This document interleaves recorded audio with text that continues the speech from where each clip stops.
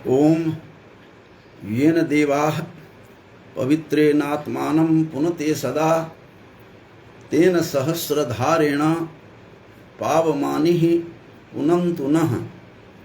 आज भागवत पुराण में वेदों का किस प्रकार से चतुर्विभाग उन ऋषियों ने किया, इस रोचक प्रसंग को लेकर आज मैं उपस्थित हूँ।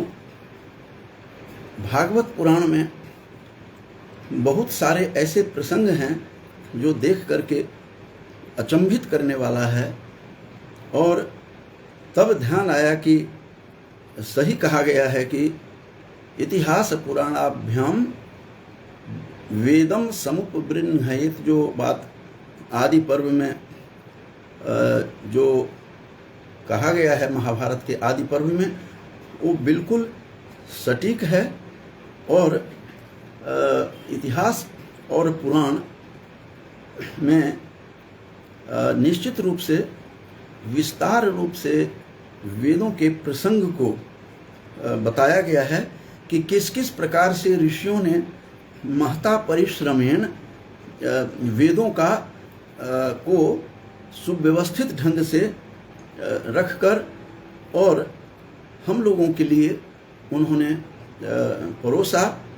और वेद का ज्ञान संपूर्ण विश्व में प्रथम ज्ञान के रूप में माना जाता है, और वेद ही इस संसार का, विशेष रूप से जो ऋग्वेद के लिए कहा गया है कि यह सर्वप्रथम पुस्तक, सर्वप्रथम ग्रंथ के रूप में यह समस्त विश्व में यह विख्यात है। और इस प्रकार से ऐसे प्रसंग हमें पुराणों में देखने को मिलता है। विशेष रूप से भागवत पुराण का जो द्वादश स्कंध है, तो उस द्वादश स्कंध का छठा और सातवां अध्याय अत्यंत महत्वपूर्ण है। उसमें स्पष्ट रूप से कहा गया है कि किस प्रकार से कृष्ण द्वैपायन वेदव्यास के जो चतुर्विध शिष्य थे, उन शिष्यों ने किस प्रकार से सुव्यवस्थित करके इस वेदों को हमारे समक्ष रखा, उसकी कथा हमें द्वादश स्कंद के छठे और सातवें अध्याय में देखने को मिलता है। छठे अध्याय में तो ऋग्वेद, यजुर्वेद और सामवेद का है, और सातवें अध्याय में अथर्ववेद का है कि किस प्रकार से चार जो कृष्ण द्वैपायन वेदव्यास के जो चार शिष्य थे, उन चारों शिष्यों ने मिलकर इसे किस प्रकार से सुव्यवस्थित करके वेदों को चतुर्विभाग करके हमारे समक्ष प्रस्तुत किया।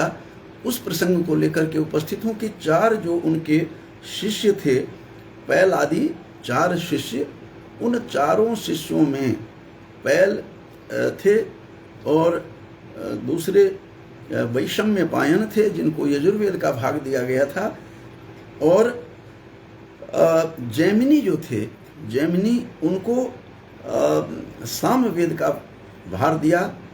और उसके बाद सुमंतु जो थे, सुमंतु जैमिनी के ही पुत्र थे, शिष्य भी थे, पुत्र भी थे।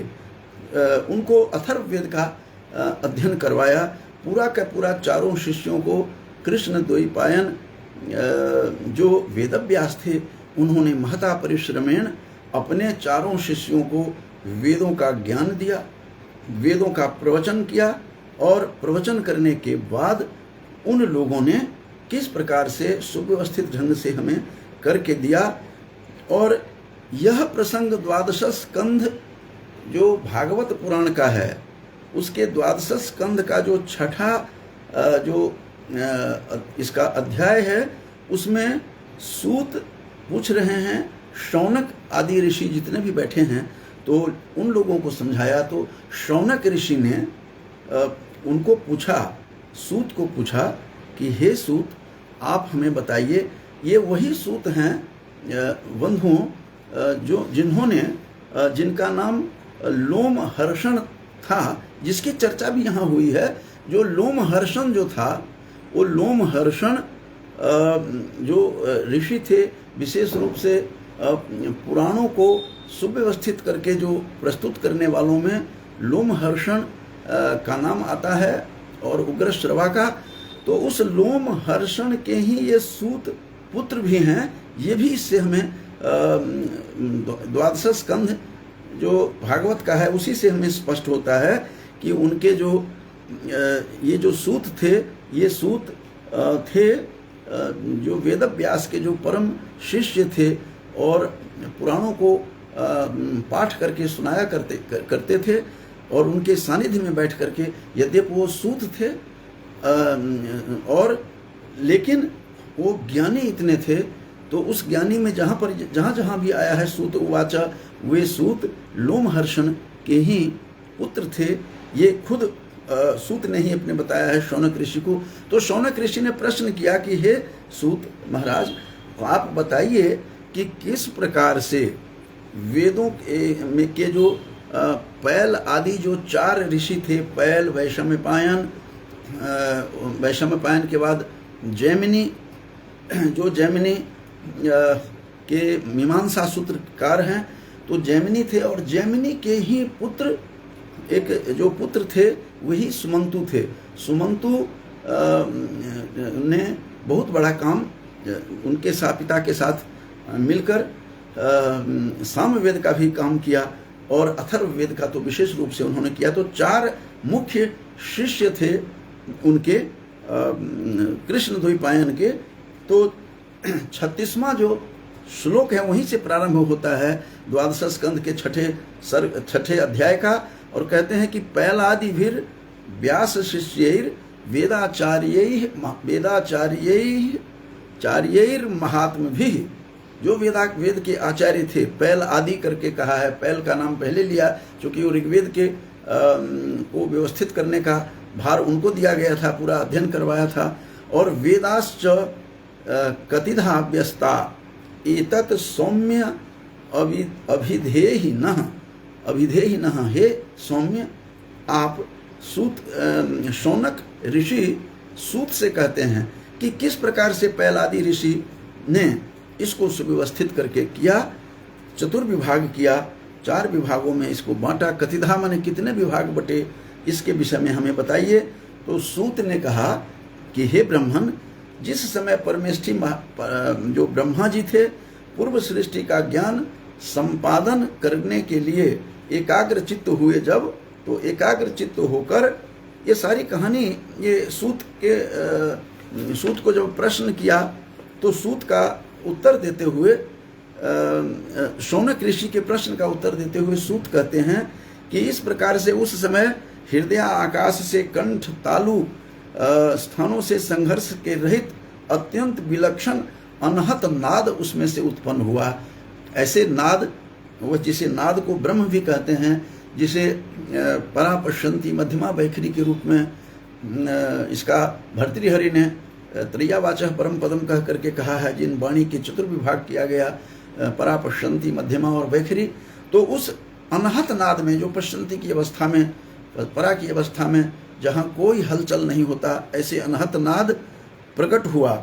जब जीव अपनी मनोवृत्तियों को रोक लेता है, तब उसे भी उस अनहत नाद का अनुभव होने लगता है। इस प्रकार की कहानी, इन प्रकार की कथा कहना प्रारंभ किया। सूत प्रारंभ करते हैं शौनक आदि ऋषि को, क्योंकि शौनक ऋषि, जिनको याद करवा दूं कि मुंडक उपनिषद में जिनकी चर्चा आती है कि बहुत विशाल जिनका आश्रम था शौनक ऋषि का, और 88,000 वहाँ उनके परिसर में ऋषिगण रहते थे। उनके भोजन आदि और सब व्यवस्था सुचारू रूप से होती थी। वही शौनक ऋषि हैं जिन्होंने प्रश्न किया सूत से कि वेदों का पैल आदि जो 4 शिष्य थे, पैल आदि कह करके कहा है, पैल थे, वैशम्यपायन थे, जैमिनी थे और सुमंतु थे। सुमंतु तो जैमिनी के ही पुत्र के रूप में उजागर किया गया है, इसी से स्पष्ट होता है द्वादश स्कंध जो है भागवत का, इससे। और शौनक जी को उन्होंने, सूत ने कहा, हे शौनक जी, हे शौनक ऋषि, बड़े बड़े योगी उसी अनहत नाद की सतत उपासना करते हैं, सतत उपासना करते हैं उसी अनहत नाद की, उस नाद माने ध्वनि की। जहाँ पर कोई हलचल नहीं होता, जो ब्रह्म रूपा वाणी है, जो ब्रह्म रूप जो नाद है, नाद ब्रह्म जिसे कहते हैं, उसकी उपासना बड़े बड़े योगी लोग भी करते हैं। थोड़ा सा इशारा किया उन्होंने कि वो योगी लोग जिनके बड़ा परिश्रम करके जिन अनहत नाद की उपासना करते हैं, तो भर्तृहरि ने अपनी कारिका में भी कहा है, ब्रह्मकांड की एक कारिका में, कि ते मृत्युमति वर्तन्ते ये वही वाचमुपासते, जो वाणी की उपासना करता है वे मृत्यु से मृत्युंजय बन जाता है। ये बात भी उसमें हमें देखने को मिलता है, मृत्यु से मृत्युंजय बनता है उस अनहतनाद की अस्तु में विषयांतर न हो।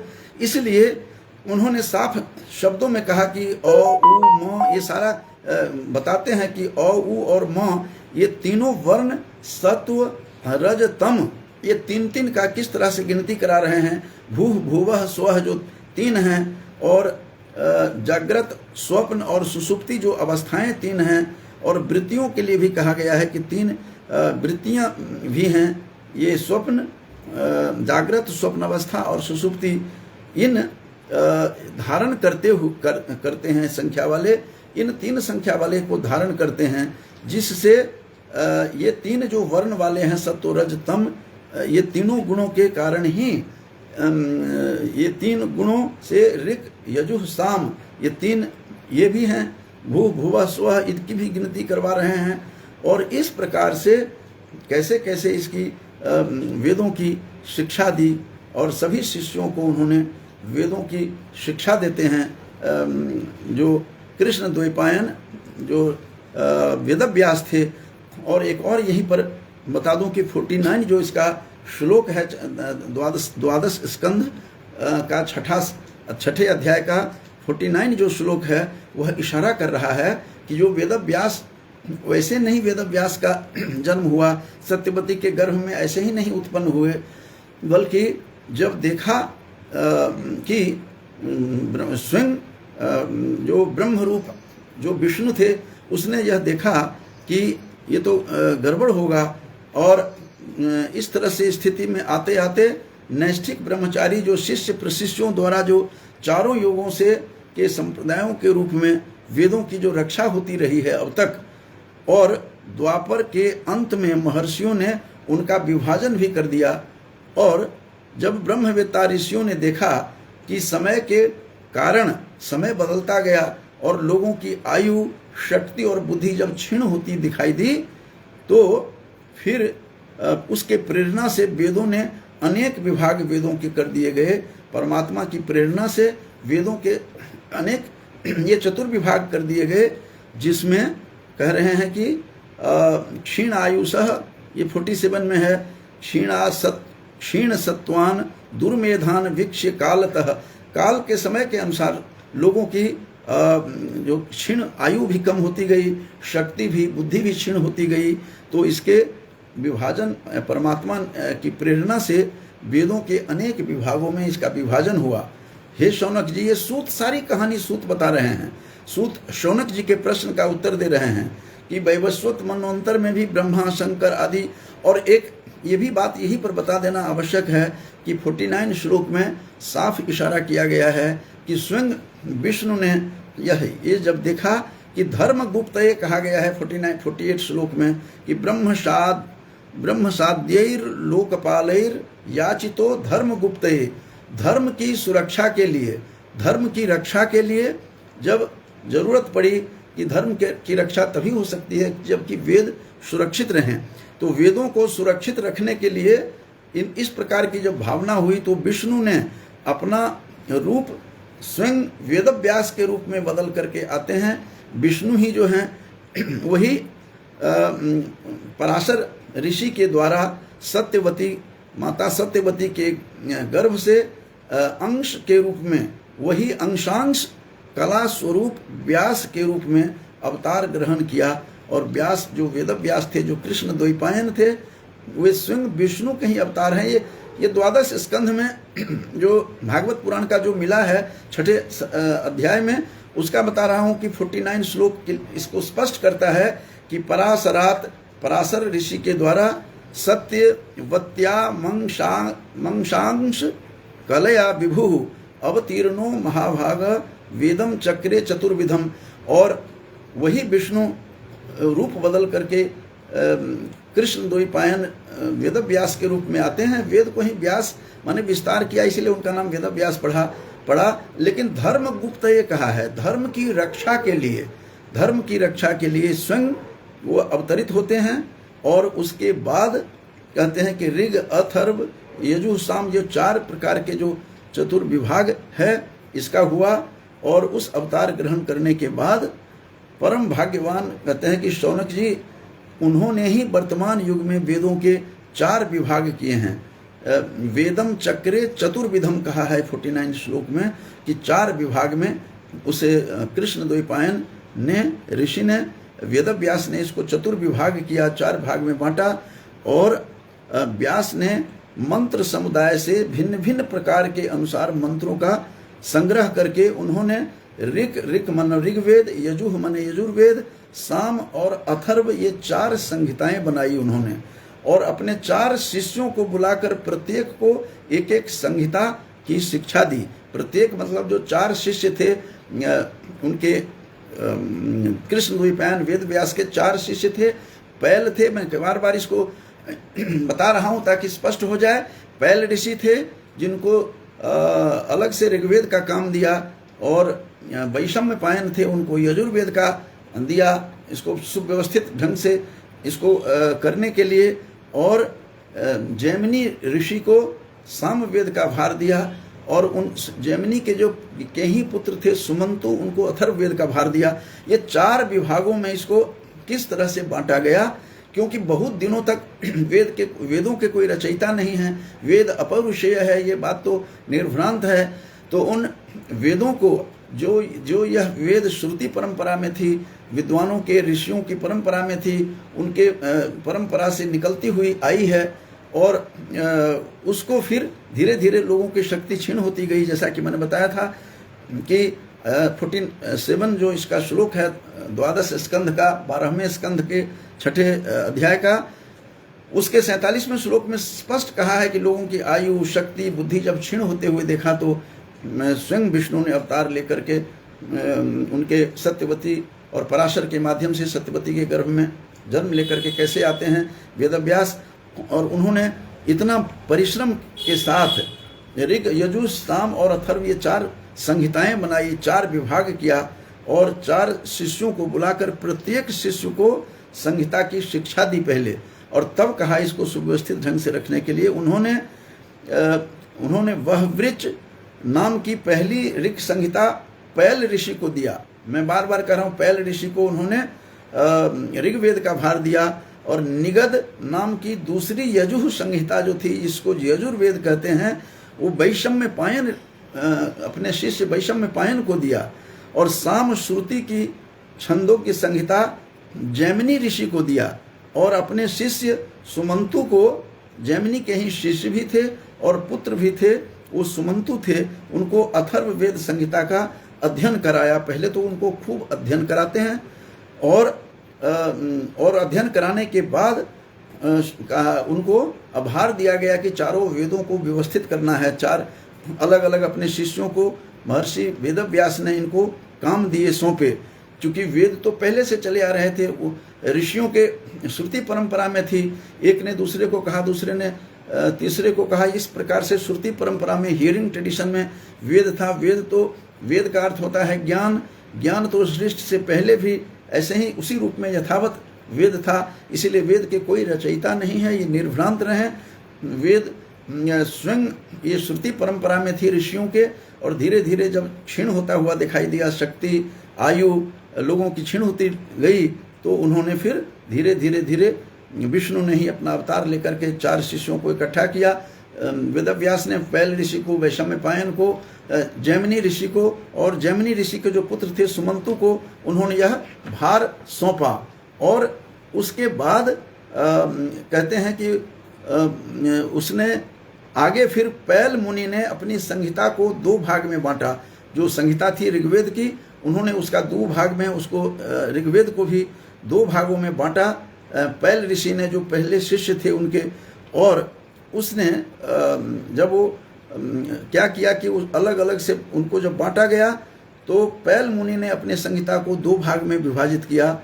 जिस 2 विभाग में विभाजित, एक का अध्ययन इंद्र प्रमिति को दिया। इंद्र प्रमिति जो अलग अलग फिर पैल के भी शिष्य थे, क्योंकि यह शिष्य परंपराओं में यह वेद सुरक्षित रहा और इसीलिए धर्मगुप्तये कहा गया है भागवत में कि धर्म की रक्षा के लिए वेदों का सुरक्षा करना, चूंकि धर्म की रक्षा तभी होगी जब वेद सुरक्षित होगा। वेद और स्मृति, जिसे धर्मशास्त्र कहते हैं, ये दोनों धर्म का आधार माना गया है, धर्माधार कहा गया है। तो इसीलिए धर्म की सुरक्षा के लिए, धर्म की गुप्तये माने रक्षा करने के लिए, तो पैल ऋषि ने अपने शिष्यों में से, पैल मुनि ने अपनी संहिताओं को 2 भागों में इसको अलग अलग किया। एक का अध्ययन इंद्र प्रमिति को और दूसरे का वास्कल को कराया। वास्कल जो थे, इनके आगे भाग बांटा। वास्कल ने भी अपनी शाखा के 4 विभाग करके उसे अलग अलग अपने शिष्य बोध को, याज्ञवल्क्य, पराशर, अग्निमित्र को पढ़ाया। परम संयमी इंद्र प्रमिति ने प्रतिभाशाली मांडुकेय ऋषि को अपनी संहिता का अध्ययन कराया। मांडुकेय ऋषि ने देवमित्र को, यह परंपरा में चलती आ रही थी, इसीलिए वंदे गुरु परंपराम कहा है, नमन करता है कि इस गुरु परंपरा, जो गजब की परंपरा जो रही है हमारे वैदिक ऋषियों की, मुनियों की, उनकी परंपरा बहुत ही सुंदर रही है। और उन्होंने फिर सौभरी आदि ऋषियों को वेदों का अध्ययन कराया। मांडुकेय के पुत्र का नाम था शाकल्य। उन्होंने अपनी संहिताओं के 5 विभाग करके बाद से मुद्गल, शाल्य, गोखल्य और शिशिर नाम के शिष्यों को पढ़ाया। शाकल्य के एक और शिष्य थे जंतु कर्ण मुनि। उन्होंने अपनी संहिताओं को 3 विभाग करके तत्संबंधी निरुक्त के साथ उन्होंने भी अपने शिष्य को बालक, बलका, पैज, बैताल, विराज को पढ़ाया। और वास्कल के पुत्र वास्कली ने सब शाखाओं से एक बालखिल्य नाम की शाखा रची। तो इस प्रकार से गुरु परंपरा में किस प्रकार से यह चलती रही और ऋग्वेद संबंधी वह वृक्ष शाखाओं को धारण किया। जो मनुष्य यह वेदों के विभाजन का इतिहास श्रवण करता है वह सब पापों से मुक्त हो जाता है। इस तरह की बातें कही गई है कि श्रुत्वैव छंदसाम व्यासम, ये 60वें श्लोक में 12वें जो 12 स्कंध है भागवत का, उसके 6ठे अध्याय का 60वां जो श्लोक है, ये मैं रिसर्च स्कॉलर्स के लिए बीच बीच में बता देता हूँ कि व्यासम सर्व पापैः प्रमुच्यते, कहते श्रुत्वैत एतत् छंदसाम व्यासम, पाप सर्व पापैः प्रमुच्यते, इसको श्रवण करके ही समस्त पापों का नष्ट हो जाता है और एक नई स्फूर्ति, नई लाइट, उसको प्रकाश मिलता है जीवन में। इस प्रकार से ये सूत से प्रश्न किया था शौनक ऋषि ने। उस शौनक ऋषि कहते हैं, हे शौनक सूत कहते हैं, वैशम्यपायन के कुछ शिष्यों का नाम था। अब एक महत्वपूर्ण प्रसंग चल रहा है कि वैशम्यपायन के कुछ शिष्यों का नाम था चरकाध्वर्यु था। चरकाध्वर्यु बहुत महत्वपूर्ण शिष्य थे इसके। चरकाध्वर्यु जो शिष्य थे वैशम्यपायन के, वैशम्यपायन वही हैं जो 4 शिष्यों में पैल थे। अब वैशम्यपायन की कथा रही है कि यजुर्वेद को किसने सुरक्षित और व्यवस्थित करके हम लोगों के समक्ष रखा, तो उसके लिए बता रहा हूँ कि उसमें वैशम्यपायन थे। तो वैशम्यपायन के एक शिष्य थे चरकाध्वर्यु। वो चरकाध्वर्यु, इन लोगों ने अपने साथियों के साथ मिलकर अपने गुरुदेव के ब्रह्म हत्या जनित जो पाप का प्रायश्चित था उसको समाप्त करने के लिए एक व्रत का अनुष्ठान कर रहे थे। यहीं पर एक घटना घटती है और दैट इज वेरी इंटरेस्टिंग कि ये कहते हैं कि वैशम्यपायन का जो शिष्य था चरकाध्वर्यु अपने साथियों के साथ मिलकर, उनके जो गुरु थे, तो उनके गुरु के ब्रह्म हत्या जो हुई थी जनित, किस ब्रह्म हत्या किस तरह की हुई यहाँ उसकी चर्चा नहीं है। इन लोगों ने गुरुदेव के ब्रह्म हत्या जनित पाप को प्रायश्चित जो करने के लिए व्रत कर रहे थे, उसी समय एक और शिष्य वहाँ आया और जो शिष्य ये व्रत कर रहे थे वो चरकाध्वर्यु था। चरकाध्वर्यु उसका नाम पड़ा इसीलिए चूंकि वह अनुष्ठान में लगे हुए थे अपने गुरु के शांति के लिए। जो ब्रह्म हत्या जनित उससे उत्पन्न जो पाप था उसके प्रायश्चित के लिए वो काम कर रहे थे, इसीलिए उसका नाम चरकाध्वर्यु पड़ता है। अब यहाँ चरकाध्वर्यु जो ब्राह्मण तो बहुत ही थोड़ी शक्ति रखते हैं, वहाँ आकर के एक याज्ञवल्क्य भी उनके वैशम्यपायन के शिष्य थे। यह घटना यहाँ घटती है, वही याज्ञवल्क्य हैं बंधुओं जो बहुत बड़े ऋषि थे। यजुर्वेद का जो अलग अलग यजुर्वेद में शुक्ल यजुर्वेद के सारा का सारा शाखाएं सब इन्हीं की देन है। शतपथ ब्राह्मण ग्रंथ भी इन्हीं का है। और मिथिला के राजा जनक के ये दरबार में ये थे ये ऋषि, इन्हीं की पत्नी, इन्हीं याज्ञवल्क्य की जो मिथिला में याज्ञवल्क्य थे, जिनकी पत्नी मैत्रेयी थी जो ब्रह्मवादिनी थी, जिसको पति ने जो विशेष जो ज्ञान होता है ऐसे मधु विद्या का ज्ञान जिसको दिया, जिस पर मैं व्याख्यान दे चुका हूँ। तो यही याज्ञवल्क्य थे जो याज्ञवल्क्य देवरात के पुत्र कहा गया है। इसमें 64वें श्लोक में देवरात सुतः सोपि पिच्छदित्वा यजुषाम गणम, इस प्रकार की बातें कही। इसका मतलब देवरात के ये पुत्र थे। अब उन्होंने ऐसे याज्ञवल्क्य ने आकर के अपने गुरु से कहा, हे गुरुदेव, ये जो ब्रह्म हत्या जनित जो पाप का काटने के लिए जो ये व्रत कर रहा है आपका चरकाध्वर्यु, इसके पास उतनी गति नहीं है, इतनी मति नहीं है, इसके पास इतनी शक्ति नहीं है, यह ज्ञानी कम है, ज्ञान नहीं है, और इससे जो आप काम करवा रहे हैं ये काम तो मैं करता आपको। ये बात गुरुदेव से याज्ञवल्क्य ने कहा। और याज्ञवल्क्य यह बात सुन करके जो चरकाध्वर्यु जो इनका शिष्य जो इनके प्रायश्चित के लिए काटने के लिए जो व्रत कर रहे थे, तो याज्ञवल्क्य ने जाकर के कहा कि इससे क्यों करवाते हैं, तो मैं कर देता आपको। इस बात से गुरु परंपरा बड़ी विचित्र होती थी। गुरु को क्रोध आया। उन्होंने कहा कि जो भी तुम्हें ज्ञान मैंने दिया है वो सारा ज्ञान भी लौटा दो मुझे और यहाँ से चले जाओ। गुरु क्रोधित हुए और गुरु के पास जो अपने अधिकार से बाहर बात भी नहीं करनी चाहिए, जिसका परिणाम किस प्रकार से हुआ कि गुरु ने उसको सारी विद्या लौटाने के लिए कहा। जब भी कोई घटना होती है, क्वचित दोषोपि गुणायते, हमारे पिताजी हमेशा कहते थे दोष भी कभी कभी गुण बन रहा है। अब यहाँ पर गुरु ने उनको कहा कि तुम इस तरह से अपराध कर रहे हो, और बहुत डांटा उनको याज्ञवल्क्य को, और तुम इस प्रकार की बात कर रहे हो, तो तुम मेरी सारी विद्या लौटा दो और चुप रहो तुम। उन्होंने साफ शब्दों में कहा कि अलंग तोया, तुम चुप रहो। कुपितो ह्याल ही अलम तोया, कुपित होकर के गुस्से होकर के कहा कि बंद करो इस बकवास को, ये व्यर्थ बोल रहे हो तुम। याज्ञवल्क्य को डांटा और सारी विद्या कहा लौटा दो। अब यहाँ भी संयोग देखिए क्या घटना घटी। उन्होंने कहा सारी विद्या लौटा दो।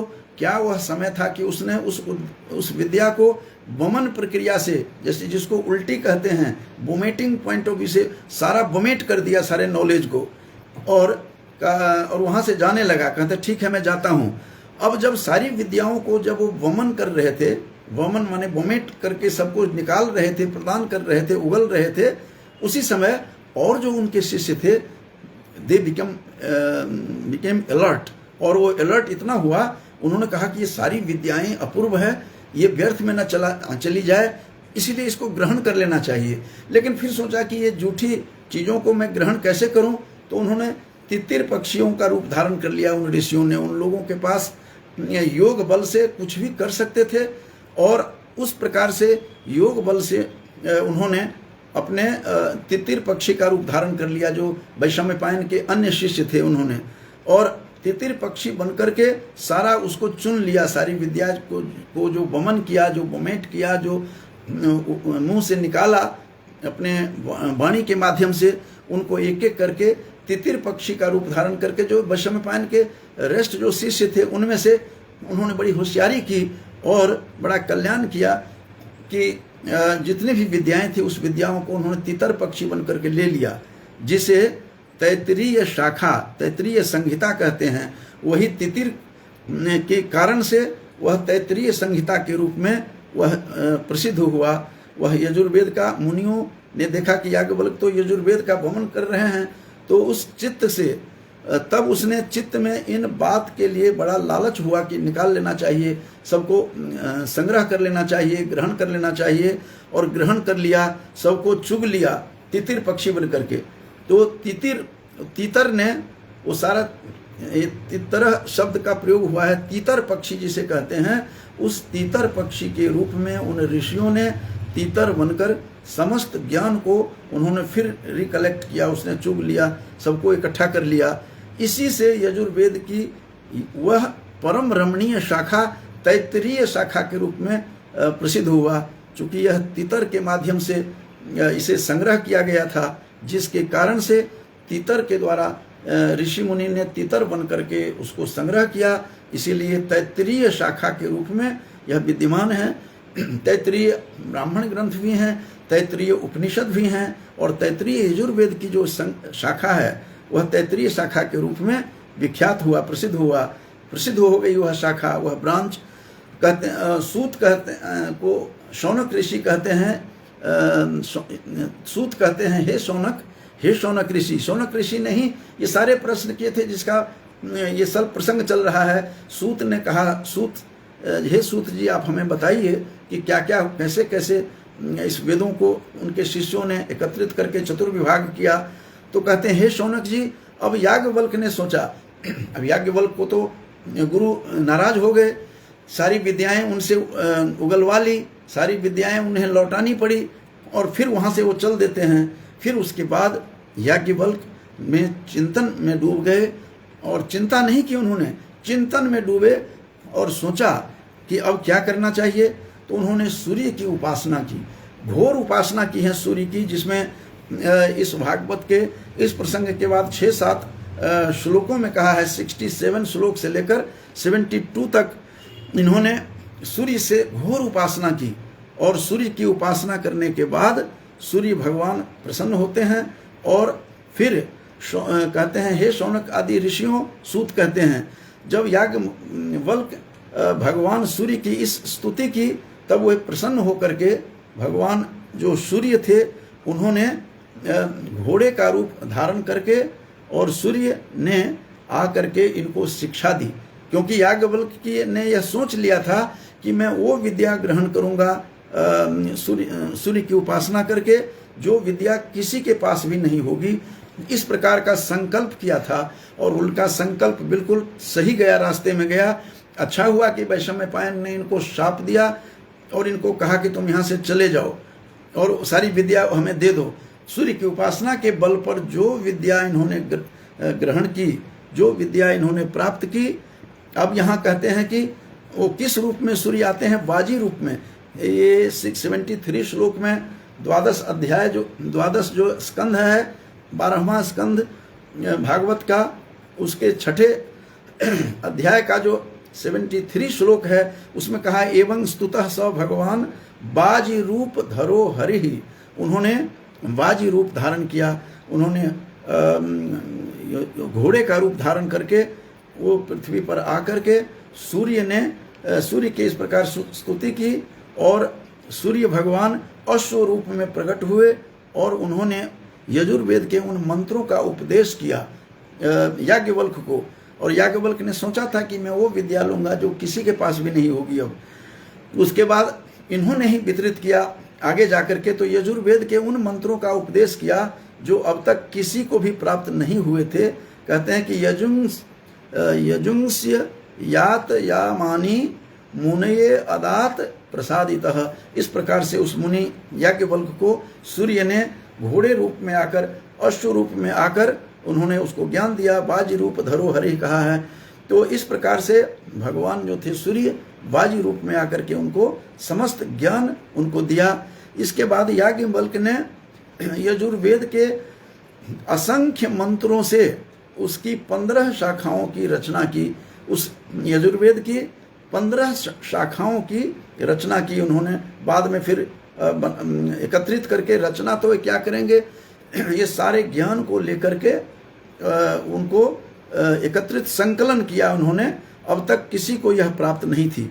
इसके बाद याज्ञवल्क्य ने असंख्य मंत्रों से इनकी 15 शाखाओं में इसको विभाजित किया। वही वाजसनेय शाखा के नाम से प्रसिद्ध है। अलग अलग जो शाखा है, वाजसनेय शाखा और जो है ये वाजसनेय शाखा इसी से शुरू हुआ। उन्होंने कण्व ऋषि को और माध्यन्दिन आदि ऋषियों से ने ग्रहण किया। फिर इनसे 2 अलग अलग ऋषि यहाँ आए, कण्व ऋषि और माध्यन्दिन ऋषि, इनको ग्रहण करवाया। यह बात मैं पहले से ही कह चुका हूँ कि कह रहे हैं कि महर्षि कृष्णद्वैपायन ने जैमिनी को सामवेद संहिता का अध्ययन कराया था। सामवेद का अब फिर मैं इसको बता रहा हूँ कि पैल ऋषि को तो दिया ऋग्वेद का भार और यजुर्वेद का भार उन्होंने दिया था वैशम्पायन को। वैशम्पायन के फिर शिष्य हुए जिसमें याज्ञवल्क्य भी थे। यद्यपि उन्होंने विद्या को लौटा दी, फिर भी उन्होंने घोर तपस्या करके, शिष्य तो उन्हीं के थे, तो उन्होंने ऐसी विद्या हासिल की जिसे किसी के पास नहीं थी। और कण्व और माध्यन्दिन आदि ऋषियों ने भी ग्रहण किया।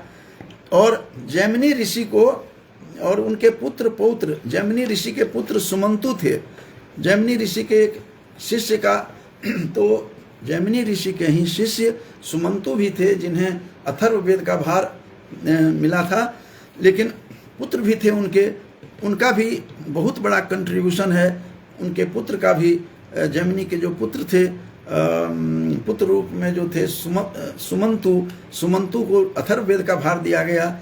तो जैमिनी मुनि के शिष्य का एक नाम सुकर्मा भी था। ये बहुत बड़ा काम किया सुकर्मा ने। Sukarma was the student of Jaimini Rishi. Jaimini Rishi की परंपरा से उसके छात्र रूप में थे, वो शिष्य के रूप में थे। सुकर्मा थे जिन्होंने बहुत बड़ा कंट्रीब्यूट किया और वह एक महान पुरुष के रूप में आए, बहुत बड़े ऋषि बने। और जैसे वृक्ष की बहुत सारी डालियां होती हैं, शाखाएं होती हैं, उसी तरह से सुकर्मा ने सामवेद की 1000 संहिताओं में इसे विभाजित कर दिया। सामवेद की 1000 ब्रांचेज हैं, इसके शाखाएं हैं, संहिताएं हैं। और सुकर्मा के शिष्य फिर सुकर्मा के शिष्य थे, कौशल देश के निवासी थे। हिरण्यनाभ, कुछ गिनती करा देता हूँ, पौष्यंजी थे, ब्रह्मवेत्ताओं में श्रेष्ठ। आवंती ने उन शाखाओं को ग्रहण किया। पौष्यंजी और आवंती के 500 शिष्य फिर आगे थे। शिष्य परंपराओं में यह सारी चलती रही, जिसके कारण हमारा यह वेद सुरक्षित रहा। उस परंपरा से चली आ रही थी। श्रुति परंपरा में पौष्यंजी और आवंतिक के 500 शिष्य थे। वे उत्तर दिशा के निवासी होने के कारण औदिच्य सामवेदी कहलाते थे। औदिच्य कहलाते थे और औदिच्य सामवेदी कहलाते थे। उन्हीं को प्राच्य सामवेदी भी कहते हैं। प्राच्य सामवेदी, उन्होंने एक एक संहिता का अध्ययन किया, अलग अलग संहिताओं का। पौष्यंजी के और भी शिष्य थे, जिसमें लौगाक्षी थे, मांगली थे, कुल्य थे, कुशीद, कुक्षी। इनमें से प्रत्येक ने 100 संहिताओं का अध्ययन किया। कितने अध्ययन करते थे ये, उन ऋषियों को कोटिशः नमन करता हूँ। और हिरण्याक्ष का शिष्य कृत भी था। उसने अपने शिष्य को 24 संहिताएं पढ़ाई। शेष संहिताएं परम संयमी आवंत ने अपने शिष्य को दी। इस प्रकार सामवेद का विस्तार हुआ। सामवेद के, जैसा कि मैंने बताया था, सुकर्मा के कारण से नाम ही था। सुकर्मा सुंदर कर्म करते थे। ऐसे ऋषि थे जिन्होंने, सुकर्मा ऋषि ने 1000 इसके शाखाओं को डेवलप किया।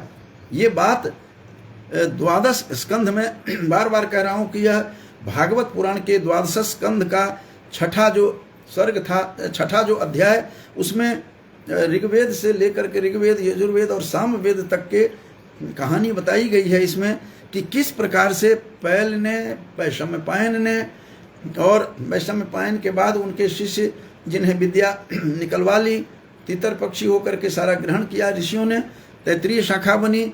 फिर इनका वाजसनेय शाखा उसमें है। और उसी वाजसनेय शाखा से मैं भी आता हूँ मिथिला में, जिस शाखा का निर्मित सूर्य से ग्रहण करके ज्ञान लेकर के याज्ञवल्क्य ने जो उनके देवरात के पुत्र याज्ञवल्क्य थे, याज्ञवल्क्य ने उसी वाजस्नेय संहिता का एक अलग दिशा बनाई। इस प्रकार से साम वेद का पूरा विस्तार हुआ। सुकर्मा ने 1000 ब्रांचेज बना दिए, उनकी संहिताएं 1000 संहिताओं में है, जिसको 76वां जो श्लोक है उस श्लोक से निर्दिष्ट उसमें किया गया है कि 12 स्कंध जो भागवत का है उसके 6ठे अध्याय का जो 77वां जो श्लोक है उसमें स्पष्ट किया गया है कि हिरण्याभ, इसमें स्पष्ट कर दिया गया है कि इसके 76वें में कि सहस्र संहिता भेदम चक्रे साम नाम ततो द्विजः। ये साम वेद के सुकर्मा ने काम किया था। सुकर्मा चापि तच्छिष्य साम वेद तरोह महान सहस्र संहिता भेदम चक्रे साम नाम ततो द्विजः। ये 76 जो श्लोक है 12 स्कंध 6ठे अध्याय का, उससे स्पष्ट हो जाता है कि साम वेद का ब्रांच कितना फैल गया, कितनी जैसे वृक्ष की शाखाएं हैं। बताया है यहाँ कि जैसे वृक्ष में शाखा होती है उसी तरह से इन्होंने तरोह जैसे कहा है कि साम वेद तरोह महान। साम वेद रूपी वृक्ष के 1000 शाखाओं में इन्होंने इसको संकलित करके विभाजित किया, जिसका काम जो सुकर्मा ने काम किया था, जो जैमिनी के परम शिष्य थे और जैमिनी के पुत्र ही थे।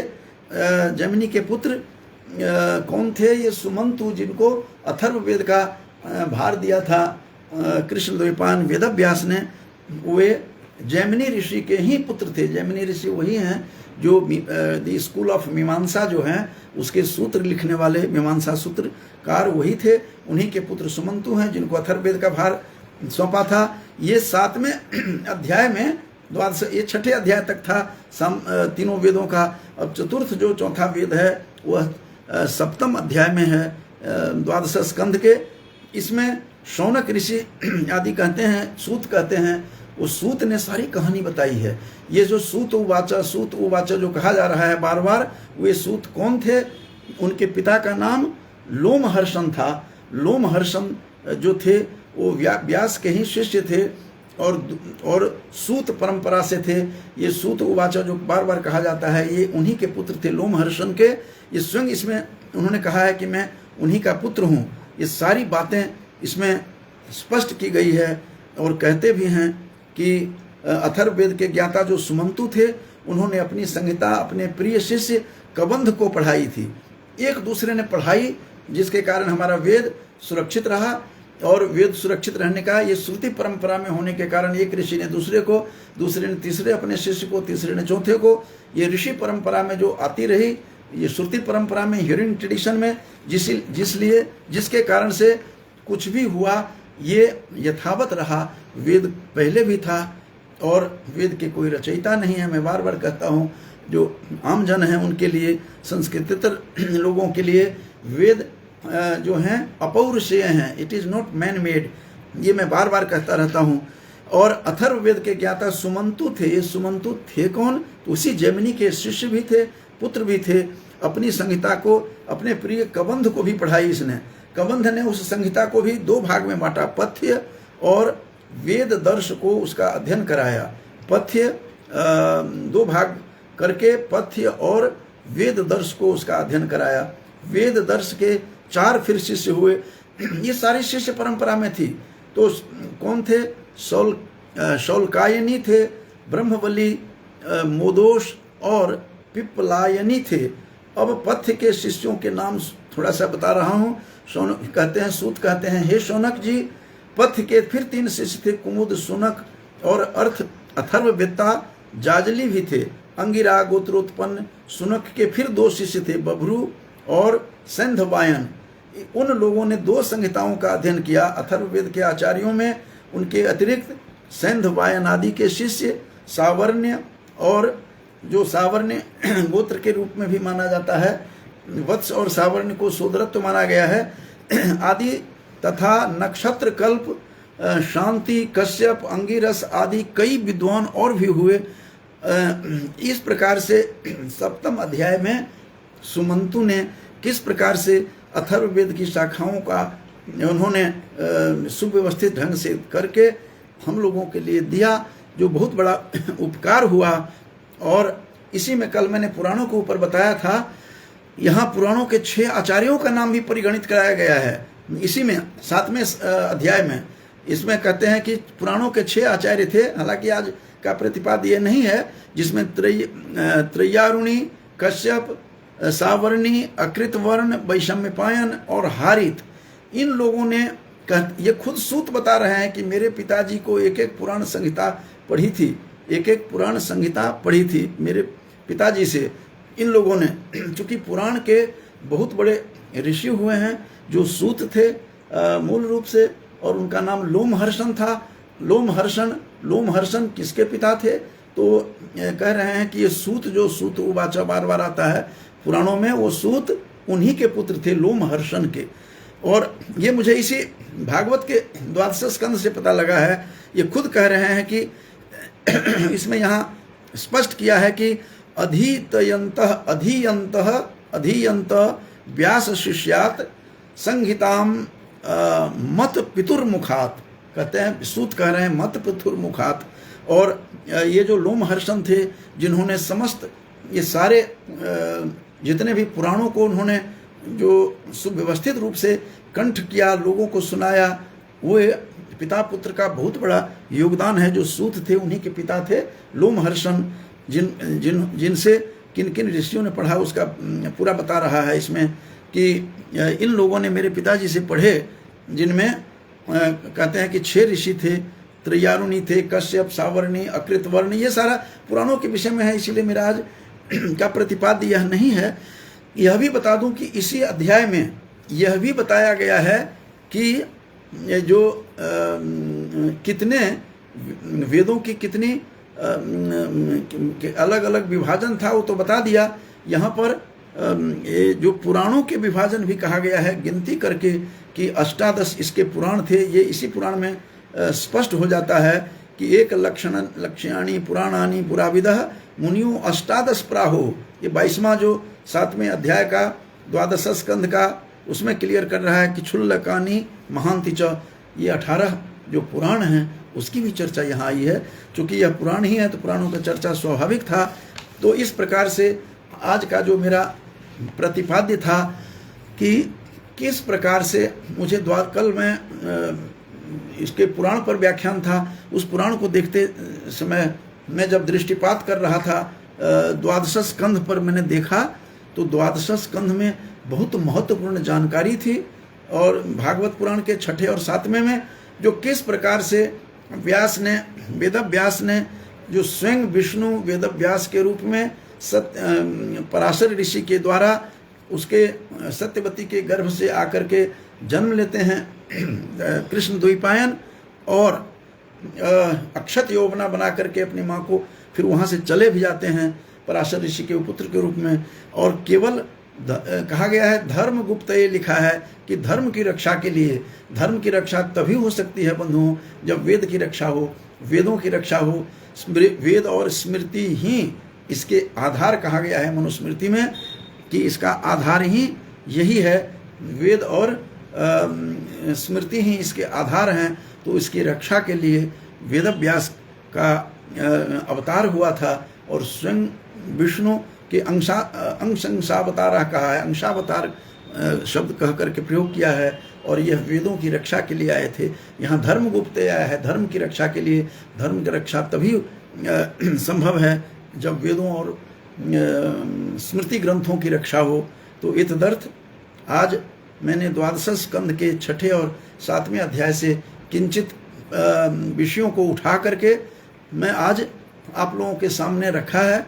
और जो जो कुछ मिलता रहता है कभी कभी मैं उठा करके प्रस्तुत करता हूँ। तो ये 12 स्कंद जो था 12वां स्कंद भागवत का, उसमें वेदों की सुरक्षा कैसे हुई, कैसे 4 शिष्य थे इसके वेदव्यास के, जिसमें पैल ऋषि हुए हैं। पैल ऋषि ने को ऋग्वेद सौंपा गया व्यवस्थित करने के लिए, और वैषम्यपायन ऋषि को, जिनके शिष्य परंपरा में ये सारे लोग थे, चरकाध्वर्यु थे और याज्ञवल्क आदि थे, उन्होंने वैशम्य पायन ने यजुर्वेद का भार दिया गया, उनको पढ़ाया पहले और फिर भार सौंपा।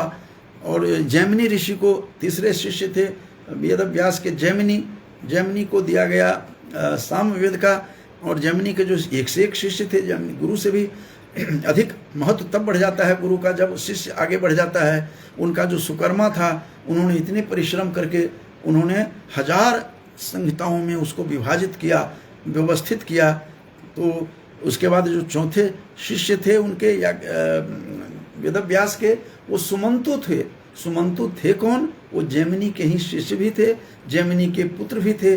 तो जैमिनी के जो पुत्र थे सुमंतु, जिन्होंने अथर्ववेद को व्यवस्थित किया, सुमंतु का बहुत बड़ा योगदान, पिता के साथ उन्होंने सामवेद का भी बहुत बड़ा सहयोग किया था, जिसका हमें भागवत के 12 स्कंध के 6ठे अध्याय से पता लगता है। और 7वें में अथर्ववेद के बारे में बताया गया है, और कुछ इसके बारे में कि कैसे कैसे ऋषि सब थे। गजब के ऋषि थे लोमहर्षण, जिसने इनको भी व्यवस्थित किया, पुराणों को व्यवस्थित करके दिया, पुराणों को संहिता रूप में इसको आदर किया। और साक्षात ये भी लोमहर्षण शिष्य थे वेदव्यास के ही। तो इन्हीं शब्दों के साथ आज का मेरा यही था कि भागवत पुराण में वेदों के चतुर भाग होने की रोचक कथा किस प्रकार से है, इस विषय को लेकर के मैंने भागवत पुराण से कुछ देखा। बड़ा आश्चर्यचकित हुआ मैं कि भागवत पुराण में ये सारी बातें पढ़ी थी और मैं अंधकार में पड़ा था। शाम के समय मुझे देखने को मिला और देखा तो मुझे अचंभित था मैं। तो ज्ञान इस संसार में सबसे पवित्र है, जिसकी चर्चा गीता में, श्रीमद् भगवत गीता में स्वयं कृष्ण भी कहते हैं कि ज्ञान जैसा पवित्र इस संसार में कोई नहीं है, नहीं ज्ञानेन सदृशम पवित्र मिह विद्यते, पवित्र इस जैसा कोई भी नहीं है।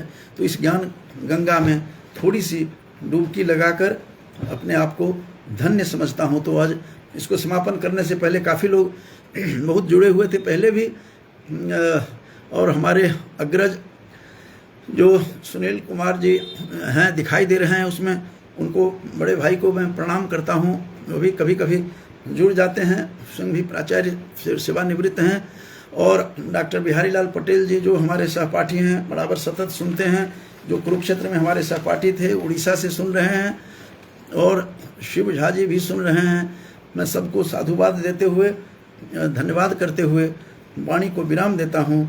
जयतु संस्कृतम, जयतु भारतम। धन्यवाद।